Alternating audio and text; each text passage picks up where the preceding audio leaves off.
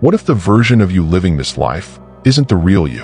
What if your deepest dreams, your quietest fears, and even your strongest opinions were never truly yours to begin with? You've been shaped, molded by society, by family, by culture, by years of silent conditioning. And somewhere along the way, you forgot.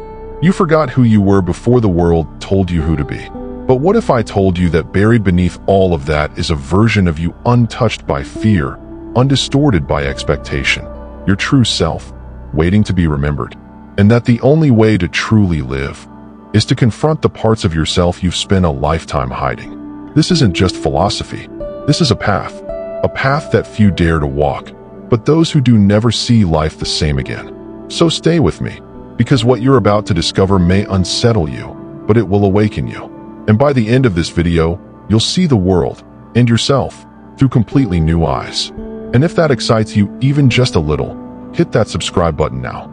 This channel is for seekers, for those who question deeper, think harder, and want more than the surface. Let's begin. Imagine waking up one morning with the eerie sense that you've been living someone else's life. That somewhere along the way, you became a collection of borrowed beliefs, inherited fears, and scripted behaviors. That your dreams, your habits, your very sense of I, were never truly yours to begin with. This realization is not a breakdown. It is the beginning of a breakthrough. Because what if everything you thought was you, your goals, your identity, even your personality, was simply a well-rehearsed performance? A mask crafted over years of conditioning, approval-seeking, and quiet survival? And beneath that mask, a stranger waits. Today, we dive into one of the most profound ideas in depth psychology, a truth that Swiss psychiatrist Carl Jung dedicated his life to uncovering. That you do not find yourself by adding more to who you are, but by peeling away everything you're not.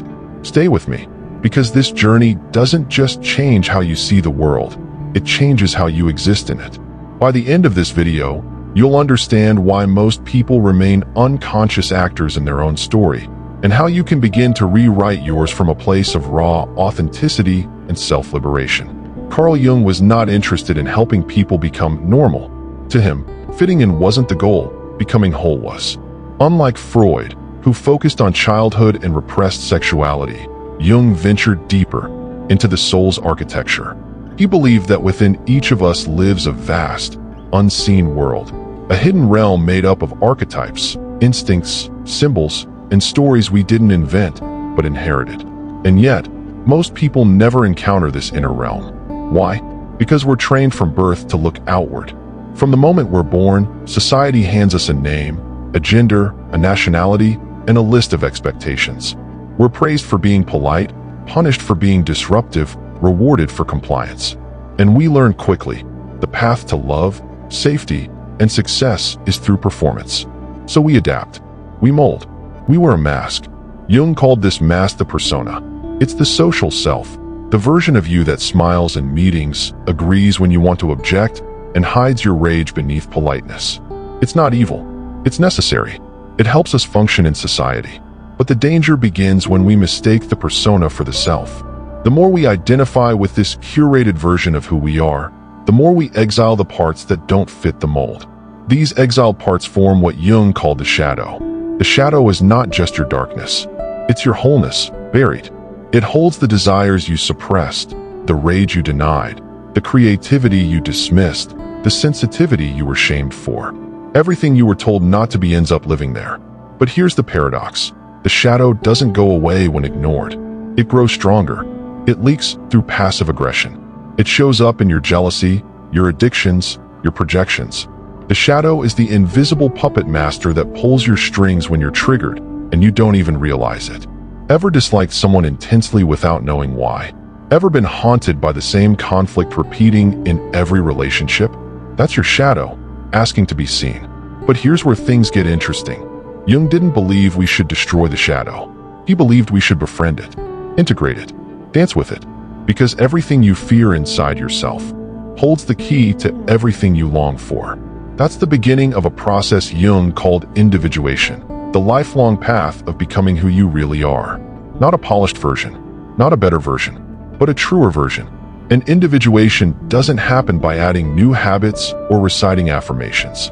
It happens through radical self-honesty, deep inner work, and confronting the uncomfortable parts of your psyche. It's not easy, but it's worth it.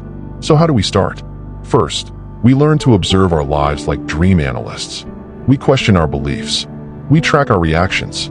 We examine our dreams, our fantasies, our obsessions. Everything has meaning. Everything is a message. Second, we get curious about our triggers. Instead of blaming others, we ask, what is this emotion pointing me toward? What in me is being reflected by this person or situation? Third, we create space for introspection. Solitude is not loneliness. It is the soil of self-revelation. Most people are terrified of silence because in silence, the real self starts to whisper. And sometimes, that whisper becomes a roar. Because when you stop numbing, running, or pretending, you begin to remember. You remember the child you were before the world told you who to be. You remember the passions you buried. You remember the dreams you shelved for approval, the wildness you tamed for survival, the truth you swallowed to belong. This remembering is sacred, and it leads us to one of Jung's most fascinating ideas, the archetypes. Archetypes are universal psychic patterns, timeless symbols that live in the collective unconscious. You don't learn them. You inherit them. They show up in dreams, myths, films, and the roles you find yourself playing in life. There's the hero, the part of you that longs to overcome adversity and rise above. There's the lover, the part that yearns for connection, sensuality, and union. The sage, your inner wisdom. The rebel, your urge to break the rules. And, of course, the shadow, the monster you must face. These aren't just characters. They are forces. And your life is the stage on which they interact, conflict, evolve. Think about it. Have you ever felt torn between duty and desire, logic and intuition, safety and freedom? That's not just overthinking. That's an inner archetypal drama playing out. And when you begin to recognize which archetypes are active in your life, you gain the power to navigate them instead of being possessed by them. Here's an example. If you constantly sabotage your own success, maybe the orphan archetype is running the show, a part of you that still believes love must be earned through suffering. But when you see it, name it, explore it, you begin to free yourself from its grip. That is the power of symbolic awareness. This isn't about blaming your past. It's about reclaiming your inner narrative. Because here's the truth. You were never meant to stay who you were at 18. You were never meant to live your parents' version of success or your culture's idea of happiness. You were meant to evolve, to shed skins, to fall apart and reassemble, to become more you with every season of your life. And that can only happen when you stop asking, who should I be? And start asking, who am I beneath the mask? This path won't make you normal. It will make you real. It may cost you shallow connections, but it will give you depth. It may unsettle your comfort, but it will give you clarity. It may disturb your peace, but it will awaken your purpose. So I'll leave you with this. You are not broken. You are not a role. You are not your trauma. You are not your mask. You are a mystery unfolding, and your only job is to listen. Because the real you, the unmasked you, is not found in the noise of the world, but in the silence within. You weren't meant to live as a stranger to your own soul. The journey to uncovering your true self is long, uncomfortable, and absolutely necessary. But you don't have to walk it alone. If this spoke to something deep within you, then you're exactly where you need to be. Subscribe for more videos that don't just inform, but transform. Until next time, stay curious, stay courageous, and above all, stay you.